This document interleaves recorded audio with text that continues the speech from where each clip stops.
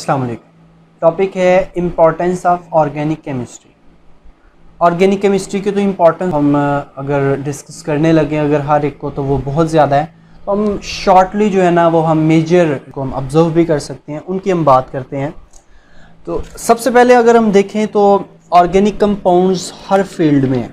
जैसे हम अपनी बॉडी से स्टार्ट करते हैं, तो ह्यूमन बॉडी या एनिमल्स या प्लांट्स जो हैं उनमें जितने भी केमिकल रिएक्शंस हैं जिनको कि हम मेटाबॉलिज्म कहते हैं, हमारी बॉडी में जितने भी केमिकल जितने भी मेटाबॉलिज्म होता है वो सारे के सारे ऑर्गेनिक कंपाउंड्स शामिल होते हैं उसमें। जैसे हम कहते हैं कि जो मेटाबॉलिज्म होता है वो इंजाइम्स की मौजूदगी में होता है। तो इंजाइम्स जो हैं वो क्या है, वो प्रोटीन्स होती हैं, प्रोटीन्स। तो प्रोटीन्स जो हैं वो ऑर्गेनिक कंपाउंड्स हैं, ऑर्गेनिक कंपाउंड्स जितने भी हमारे आप बॉडी में केमिकल रिएक्शंस होते हैं लिविंग ऑर्गेनिजम्स में। इसके अलावा कार्बोहाइड्रेट्स हैं, लिपिड्स हैं, विटामिन्स हैं, न्यूक्लिक एसिड्स हैं। कार्बोहाइड्रेट्स हमें पता है कि जो ग्लूकोज है जो एनर्जी का सोर्स है वो क्या है, कार्बोहाइड्रेट्स की फैमिली में से है, तो वो भी हमारी बॉडी में है, तो वो भी एक ऑर्गेनिक कंपाउंड है। प्रोटीन्स हैं, कार्बोहाइड्रेट्स हैं, लिपिड्स हैं, विटामिन्स हैं। तो ये सारे के सारे ऑर्गेनिक कंपाउंड्स हैं जो हमारी बॉडी में जिसका एक बहुत इम्पॉर्टेंट रोल है। अगर हम देखें फूड, खाना जो हम खाते हैं उसमें क्या है, वो कार्बोहाइड्रेट्स होते हैं।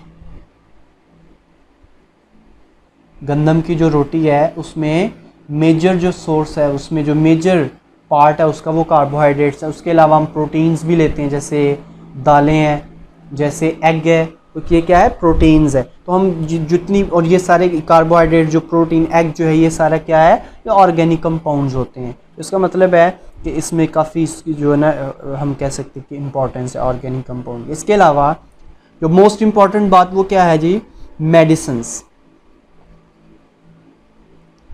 मेडिसिन्स जो हैं वो तो हर फर्द को ज़रूरत होती है, हर घर में ज़रूरत है उसकी।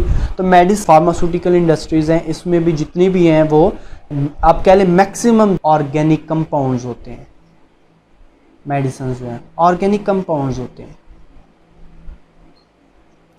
तो इस तरह से हम बोल सकते हैं कि ये इसकी बहुत इंपॉर्टेंस है। इसके अलावा जो क्लॉथिंग है,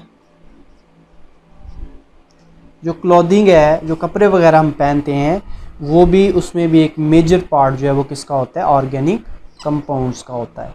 इसके अलावा अगर आपने देखना है कि केमिकल्स की तरफ अगर हमारी नज़र जाए तो जितने भी केमिकल्स हैं, जैसे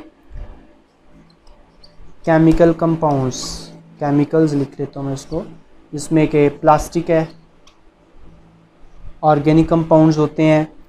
सिंथेटिक रबर, सिंथेटिक रबर कहते हैं ऐसी रबर जो कि हम मसनूई तौर पे बनाते हैं। सिंथेटिक का वर्ड हम यूज़ करते हैं जब जिसको हमने मसनूई कहना हो। सिंथेटिक रबर है। वार्निश है जो हम यूज़ कर लेते हैं पेंट वगैरह, उसको फर्नीचर को हम जो वार्निश जो है ना वो मारते हैं हम, वार्निश। इसके अलावा आप कह सकते हैं प्रेजर्वेटिव्स जो हैं, प्रिजर्व करने के लिए, प्रेजर्वेटिव्स। अक्सर आप कोई चीज़ कोई खाने के लिए कोई चीज़ लें, या अगर आप पेप्सी कोक वगैरह की ही बात कर लें तो उसमें भी अगर आप देखें तो प्रेजर्वेटिव्स डाले होते हैं। प्रेजर्वेटिव क्यों डालते हैं, ताकि इसकी मियाद, इसका जो टाइम ड्यूरेशन है किसी भी चीज़ का रहने का पैकिंग में, वो ज़्यादा देर तक महफूज रहे, वो ख़राब ना हो, तो इसलिए उसमें प्रेजर्वेटिव्स डालते हैं। तो वो क्या है, प्रिजर्व करने के लिए, वो भी ऑर्गेनिक कंपाउंड्स हैं। पेंट्स हैं, ऑर्गेनिक कंपाउंड्स है। टेक्सटाइल फाइबर है, जिससे कपड़ा बनता है, जो धागा है वो भी क्या है, ऑर्गेनिक कंपाउंड्स है, फाइबर्स। टेक्सटाइल फाइबर्स ये ऑर्गेनिक कंपाउंड्स हैं। इसके अलावा आप बहुत से कह सकते हैं नेचुरल, जैसे डिटर्जेंट्स हैं, जैसे पेस्टिसाइड्स हैं, फर्टिलाइज़र्स हैं, फर्टिलाइज़र्स, ये सारे के सारे क्या हैं, ये ऑर्गेनिक कंपाउंड्स हैं। तो इस तरह से हम बोल सकते हैं कि ये मेजर जो हमारी आम रोज़मर्रा ज़िंदगी में जो हम जिसको ऑब्ज़र्व भी कर सकते हैं, वो ये इसके मेन पॉइंट्स हैं इम्पोर्टेंस ऑफ ऑर्गेनिक केमिस्ट्री।